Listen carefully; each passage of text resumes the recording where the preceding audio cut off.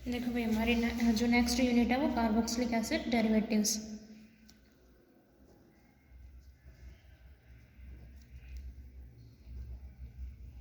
Carboxylic acid derivatives मतलब जो हमारे कार्बोक्सिलिक एसिड है उसके डेरिवेटिव। सिंपल हमारा कार्बोक्सिलिक एसिड क्या होता है, R C double bond O O H, ये होता है हमारा कार्बोक्सिलिक एसिड। अगर इस ओ एच ग्रुप को किसी और ग्रुप से रिप्लेस कर दिया जाए, जैसे कि क्लोरीन हो गया हमारा O C double bond O R, NH2 group से रिप्लेस कर दिया, OR ग्रुप से रिप्लेस कर दिया, तो जो हमारे पास नया जो कंपाउंड बनता है उसको क्या बोलते हो आप, कार्बोक्सिलिक एसिड डेरिवेटिव। अब देखो मान लो इसे रिप्लेस कर दिया हमने क्लोरीन से, तो क्या बनेगा RC double bond O Cl, ठीक है। और इसका नाम क्या होता है, एसिड क्लोराइड्स। तो क्या किया है भाई हमने, OH ग्रुप को क्लोरीन से रिप्लेस कर दिया।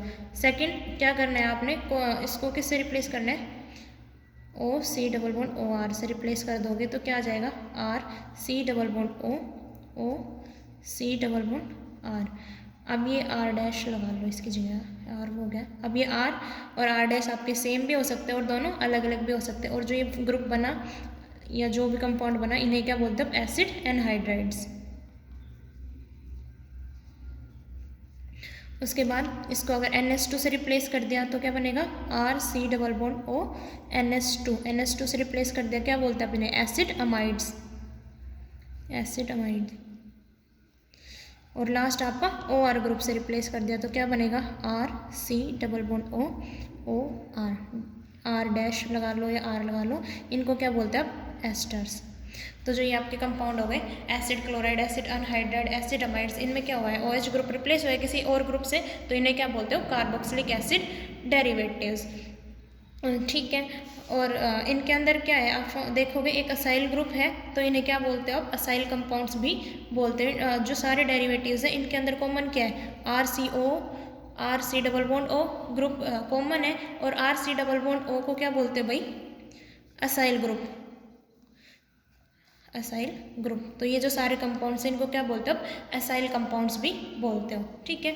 उसके बाद अब बात आती है इसकी स्ट्रक्चर की। तो इसके स्ट्रक्चर की बात करें तो सिंपल क्या है, आपके पास R C double bond O और वाई क्या हो सकता है आपका, क्लोरीन भी हो सकता है, जो भी आपने ऊपर ग्रुप देखे क्लोरीन हो सकता है, OCOR हो सकता है, OR हो सकता है, NH2 हो सकता है। यहाँ पे भाई वाई क्या होती है, क्या हो सकता है आपका, क्लोरीन हो सकता है, OC डबल बॉन्ड OR हो सकता है, OR हो सकता है आपका NH2। तो वाई ये हो सकते हैं इनमें से, और फिर जो आपका बन रहा है, तो अब भी जहाँ भी मैं वाई लिखूँ उनकी जगह इनमें से कोई भी कंपाउंड आ सकता है। अब इनमें अगर इसके स्ट्रक्चर की बात की जाए तो इसके केस में जो हाइब्रिडाइजेशन होती है वो sp2 हाइब्रिडाइजेशन होती है। और अगर हाइब्रिडाइजेशन हमारे पास sp2 हो, उस केस में हमारे पास जो ज्योमेट्री होती है वो ट्राइगोनल प्लेनर, या जो शेप होती है वो भी ट्राइगोनल प्लेनर शेप होती है। मतलब आपका R group double bond O और आपका वाई ग्रुप, ये सारे के सारे एटम्स एक ही प्लेन में लाई करते हैं। कैसे करते हैं, जैसे ट्राइंगल होती है हमारी, उसके अंदर और बॉन्ड एंगल क्या होगा, 120 डिग्री। तो इक्विलेटरल ट्राइंगल के, जैसे ट्राइंगल के तीनों कॉर्नर्स के ऊपर ये इधर आर हो गया, इधर वाई हो गया, और उसमें सी ना ऑक्सीजन हो गया, इस टाइप से हमारे लाई करते हैं, ठीक है। और जो हमारा वाई है, जो वाई ग्रुप है, इसके पास क्या होता है, लोन पेयर प्रेजेंट होते ही होते हैं। तो क्या होता है, जैसे क्लोरीन हो गया, ऑक्सीजन हो गया, नाइट्रोजन, तो उसके पास लोन पेयर प्रेजेंट होते हैं, ठीक है, जनरली। तो इनकी जो शेप है वो कैसी होगी, ट्राइगोनल प्लेनर, और trigonal planar equilateral triangle type से होगी। तो जो बॉन्ड एंगल है वो कितना होता है इनके केस में, 120 डिग्री, ठीक है। अब जो एटम है वाई, इसके पास अगर क्या है, एटलीस्ट एक लोन पेयर, एक इलेक्ट्रॉन्स का लोन पेयर होना चाहिए इसके p ऑर्बिटल में। और जो इसके जो लोन पेयर है इसके p ऑर्बिटल में, उसकी वजह से ये क्या करता है, C डबल बॉन्ड O के p ऑर्बिटल, जो हमारा कार्बन ऑक्सीजन के बीच बॉन्ड बना है p ऑर्बिटल के थ्रू, उसके साथ रेजोनेंस में पार्टिसिपेट करते हैं, जैसे, या फिर उसके साथ ओवरलैप करता है। फॉर जैसे कि ये हो गया आपके पास RC, ये कार्बन का p ऑर्बिटल, क्योंकि sp2 है तो एक अनहाइब्रिडाइज्ड पड़ा हुआ है, ये ऑक्सीजन, ये आपका वाई ग्रुप। तो इसके पास एक लोन पेयर प्रेजेंट है, ऑक्सीजन के पास भी प्रेजेंट होते हैं। तो ये एक तो सिग्मा बॉन्डिंग के थ्रू जुड़ा होता है, इसमें तो पाई बॉन्डिंग भी होती है। ये क्या होता है इसके साथ रेजोनेंस में होता है, इधर भी बना सकते हैं। ओवरलैपिंग इसके साथ भी होती है। तो ये ओवरऑल स्ट्रक्चर की अगर बात की जाए तो कैसे होता है भाई, R C double bond O Y, Y के ऊपर एटलीस्ट एक लोन पेयर तो मिलेगा ही मिलेगा। तो क्या होगा भाई, आपका ये इधर शिफ्ट हो सकता है, तो क्या बनेगा, R C positive O negative, Y के ऊपर क्या है लोन पेयर, तो ये लोन पेयर इधर आ जाते हैं और क्या बनती है भाई, आपके पास एक रेजोनेटिंग स्ट्रक्चर ड्रॉ होती है, R C O negative double bond Y positive. ठीक है, तो ये क्या होते हैं भाई, इनके अंदर एक एडिशनल बॉन्डिंग इस टाइप की होती है हमारे कार्बोक्सिलिक एसिड डेरिवेटिव के अंदर। इनके ये इसकी रेजोनेटिंग स्ट्रक्चर ड्रॉ करने के लिए बोला जाए तो ये हो जाएगी इसकी रेजोनेटिंग स्ट्रक्चर। उसके बाद आता है nucleophilic acyl substitution, nucleophilic acyl substitution. अब हम देखेंगे कि क्या होते हैं हमारे जो, अब हम पढ़ेंगे हर जो भी एसिड डेरिवेटिव है, जैसे क्लोराइड हो गया, अनहाइड्राइड हो गया, इन सारों के प्रॉपर्टीज़ को अलग अलग पढ़ेंगे। लेकिन उससे पहले देखेंगे कि इन सारों की कुछ कॉमन प्रॉपर्टीज़ भी होती है, पहले वो डिस्कस कर लेंगे। तो इन सारों की कॉमन प्रॉपर्टीज़ होती है न्यूक्लियोफिलिक असाइल सब्स्टिट्यूशन की, असाइल ग्रुप का न्यूक्लियोफिलिक सब्स्टिट्यूशन रिएक्शन हो जाती है। फॉर एग्जाम्पल ये है हमारे पास R C double bond O Y, Y group में आपको बता चुकी क्या हो सकता है, क्लोरीन हो सकता है, OCOR हो गया, OR हो गया, NH2 हो गया। तो ये क्या कर सकते हैं, किसी न्यूक्लियोफाइल के साथ सब्स्टिट्यूट हो सकते हैं। मान लो कोई न्यूक्लियोफाइल आया तो क्या होगा भाई, R C double bond O, और ये आपका न्यूक्लियोफाइल ऐड हो जाएगा और ये वाई ग्रुप आपका निकल जाएगा। मतलब क्या हो रही है, न्यूक्लियोफिलिक सब्स्टिट्यूशन रिएक्शन इनके अंदर हो जाती है। मैकेनिज्म की बात की जाए तो R C double bond O Y, nucleophile आके किस पे अटैक करेगा, इस कार्बन के ऊपर अटैक करेगा, ये वाला बॉन्ड इधर शिफ्ट पता है सभी को।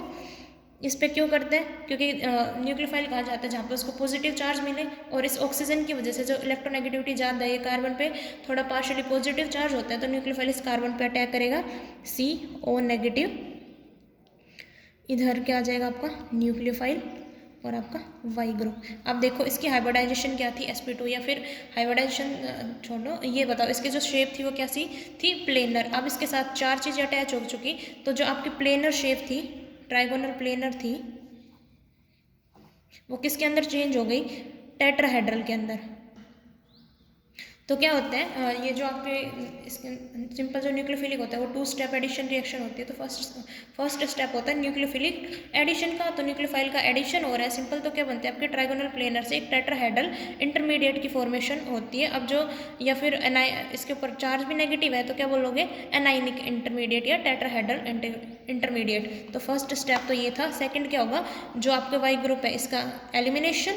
तो सेकंड स्टेप में क्या होगा, RCO नेगेटिव न्यूक्लियोफाइल आपका, और ये आपका वाई ग्रुप था, क्या होगा, ये नेगेटिव चार्ज वापस और आपका वाई ग्रुप निकल जाएगा। तो क्या बनेगा, RC डबल बॉन्ड O आपका न्यूक्लियोफाइल, और साथ में वाई नेगेटिव आपका बाहर निकल गया। तो सेकंड स्टेप क्या है, एलिमिनेशन ऑफ लीविंग ग्रुप। तो जो आपका लीविंग ग्रुप था वाई, वो एलिमिनेट हुआ है। ये जो ऑक्सीजन पर नेगेटिव चार्ज था ये फिर से आएगा, इधर बॉन्ड के ऊपर कार्बन को इलेक्ट्रॉन डेंसिटी फिर से प्रोवाइड करेगा, और आपका जो वाई ग्रुप था, वाई क्या था, क्लोरीन OCOR, मतलब एसिड क्लोराइड के केस में क्लोरीन, एनहाइड्राइड्स के केस में OCOR, एस्टर के केस में OR, अमाइड के केस में NH2, वो आपका लीव हो जाएगा और फाइनली इसकी फॉर्मेशन हो जाएगी। ठीक है भाई। अब अगर जो लीविंग ग्रुप की पूछा जाए कि कौन सा ग्रुप जल्दी लीव करेगा, कौन सा देर में लीव करेगा, तो उस जो हमारा वीकर बेस होता है ना, वीकर द बेस, मतलब जिसकी बेसिसिटी कम होगी उतना ही better will be the leaving group. तो अगर आपसे पूछा जाए हमारे जो वाई थे, क्या क्या होता वाई, क्लोरीन हो सकता है, OCOR हो सकता है, OR हो गया, NH2। तो जितना अच्छा ये लीविंग ग्रुप उतनी रिएक्शन फास्टर होगी, और जितना अच्छा लीविंग ग्रुप होता है जितना वीकर वो बेस होता है। तो इनका जो ऑर्डर है लीविंग ग्रुप का निकलने का, या ईज ऑफ लीविंग ग्रुप, नहीं रहा था, तो ईज ऑफ लीविंग ग्रुप अगर आपसे पूछा जाए तो क्या हो जाएगा भाई, क्लोरीन, फिर उसके बाद क्या आता है आपके पास, OC डबल बॉन्ड OR, उस पर नेगेटिव चार्ज, फिर क्या आता है आपका OR नेगेटिव, फिर आता है आपके पास NH2 नेगेटिव। ठीक है, तो जितनी ज़्यादा उसके बेसिक स्ट्रेंथ उतना ही वीकर लीविंग ग्रुप, और जितने वीक बेस है और उतना ही अच्छा हमारे पास लीविंग ग्रुप होगा। ठीक है, तो ये था आपका सिंपल न्यूक्लियोफिलिक एसाइल सब्स्टिट्यूशन। ये हमारे सारे सारे कार्बोक्सिलिक एसिड डेरिवेटिव्स इस टाइप के रिएक्शंस को शो करते हैं। बाकी नेक्स्ट पढ़ेंगे हम नेक्स्ट वीडियो में।